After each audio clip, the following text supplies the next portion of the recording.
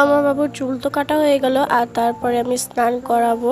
তো স্নান করার পর আমি আমার বাবুকে রেডি করে ফেলেছি। তো দেখো আমার বেবিকে, আর আমিও রেডি হয়ে গেলাম স্নান করে। তো আমি একটা চুড়িদারটা পরে নিলাম আর তারপরে আমি একটা কানের পরে নিলাম। আর তারপরে আমি একটু কাজল দিয়ে একটু লিপ বাম লাগিয়ে দিলাম। সিম্পলভাবে সেজে আমি যাবো। এবার আমরা দুটো মসজিদে যাব। ফার্স্টে যাব আমাদের গ্রামের মসজিদে, তারপরে যাব বড় মসজিদে ক্ষীর দিতে। তো আমরা রেডি হয়ে গেছি, মা মেয়ে তো হোয়াইট কালার ড্রেস পরে একটু ছবি তুললাম আর একটু ভিডিওস বানালাম। আর তারপরে আমার শাশুড়িও চলে এসেছিলো। তো আমরা এবার বেরিয়ে যাচ্ছি এই মসজিদের জন্য। A few minutes later. তো আমাদের এই মসজিদে তো ক্ষীর দেওয়া হয়ে গিয়েছে। তারপর আমি আমার মেয়েকে জামা পাল্টে দিলাম, দিয়ে অন্য জামা পরে দিয়েছি।